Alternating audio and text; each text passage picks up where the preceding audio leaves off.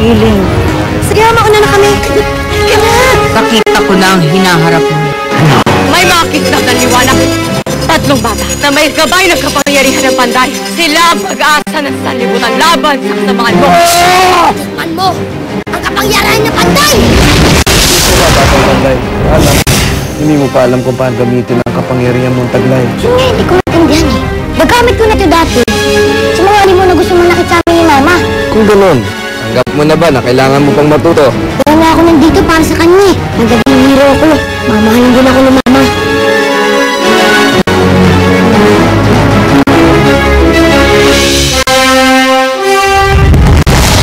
Sa susunod, Rosana, ayaw may tinatago ka sa akin. Ayaw iniisahan ako. Malinaw ba yun?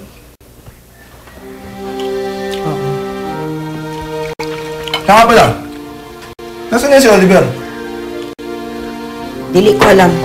Pinalayas ko siya. Di ba yun naman ang gusto mo, ha? Oo! Pero galit ako nun. Alam mo, Rosana, kung wala matitira niyang anak mo, patuhin mo na siya dito. Kailangan naman natin ng boy, di ba? Babalik pa po siya dito. Ayoko sa kanya. Mukhang madumi, kadiri. Kaya mo na, Butchoy. Ano yun? May kalaro ka? Ayoko po. Saan mo ngayon nahanapin yung anak mo? Ewan ko. Pero parang alam ko kung nasaan siya. Bukas puntahan ko siya. Sana wala nang kanin, no? Kuha ka pa.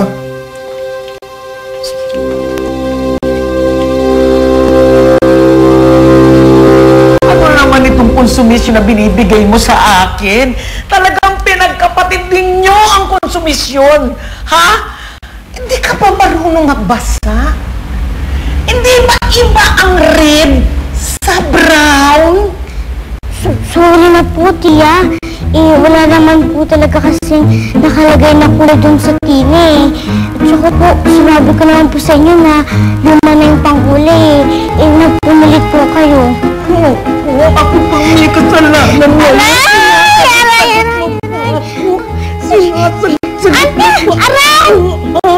Aray! Nagsasasakit ako pang may kasalanan. Ate, sandali! Ano nangyari? Huwag mo nasaktan si Nikki. Bakit ba? Ba't hindi mo naman sasaktan yan? Diyos ko naman! Ano ba naman ginawa niya sa akin, ha?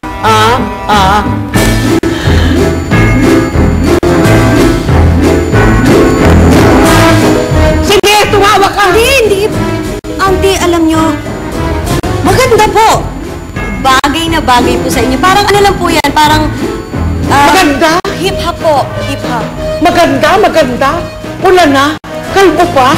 Anong ginanda niyan? Ha? Anong hip-hop ang pinagsasabi mo? Ikaw ang may kasalanan dito eh. Nagdala-dala ka ng tina dito? Mali naman! Sino mo ba kasi may sabi sa inyong gamitin nyo yun? Aba! Lahat ng bagay dito sa bahay na ito ay pagmamay-ari ko. Ako ang may-ari ng bahay na ito at kayong dalawa ay pagmamay-ari ko.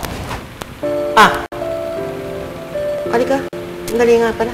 Sweldo. Sweldo? Ito na nga po. Alam mo naman yung sweldo. Kailangan talagang yan ay gagamitin ko sa pagbili ng kala na sinunog mo dahil nagkaroon ka ng bisyon. Ha? Nagkaroon din ako ng bisyon na gagamitin ko yung sweldo mo.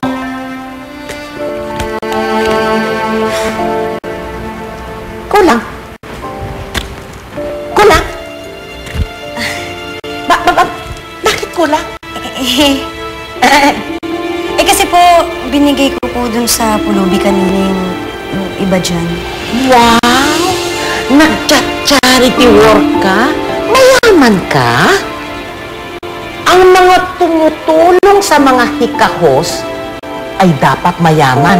Ikaw, hikahos ka rin! Nagkang kayong dalawa. Ano ba naman? Pinagkapatid ninyong konsumisyon. Naku, sige na nga. Nakaalis, no?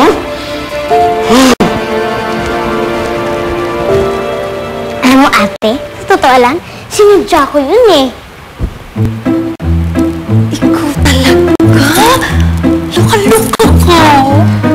Ang ganda.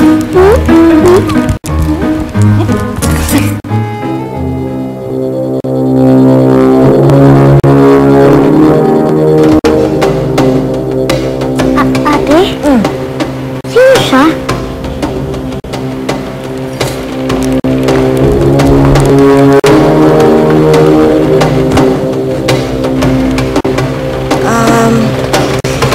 Yun yung matandang tinulungan ko kanina.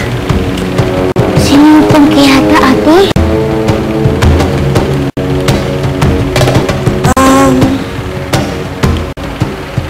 Alam mo? Baliw yun. Halika na, tara na. Hayaan na natin yan.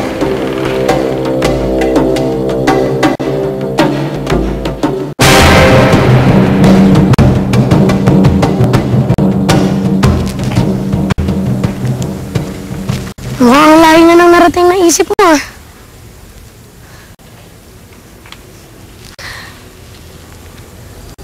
Unti-unti nang lumilinaw sa akin ang misyon ko, Sintoy.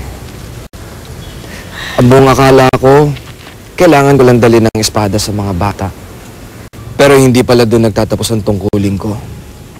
Kailangan ko rin pala silang hubugin para maging magaling na mga mandirigma. Ah, basta! Sa tingin ko, nagkamali talaga ang espada. Nakita mo ba yung nangyari kay Oliver kanina? Oo nga, may liwanag. Naggaling sa kanya. Pero wala namang binuga. Puro forma lang. Sintoy, nakita mo naman, di ba? Kaya nilang gamitin ang kanilang mga kapangyarihan. Hindi lang nila alam kung paano ito huhugutin. Nakalimutan mo na ba yung storya ng espada ng Panday?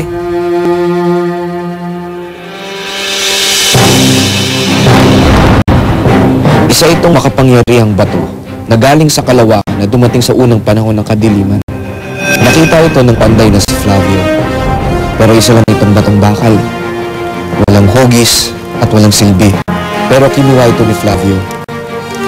Pinanday niya ito. Binuhos niya sa bawat palo ng kanyang martilyo ang kanyang kaluluwang talino. Inilagay niya dito ang init ng kanyang puso. Hinasa niya dito ang kanyang tapang at lakas. Hanggang sa magawa niya itong espada. Yun din ang dapat kong gawin. Kailangan ko silang pandayin din. Kailangan ko silang hubugin para maging magaling na mandirigma. Gagawin ko silang mga batang Panday.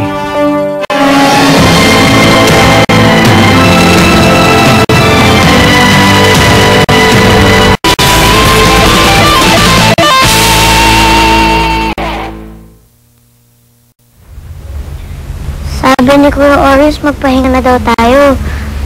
Maaga pa daw tayo bukas. Teka, what's with you ba? Bakit bigla ka na lang umalis kanina? Noong nagkwento si Oliver na nandito daw siya dahil sa taong mahal niya, naalala ko lang din kung anong dahilan kung ba't ako nandito.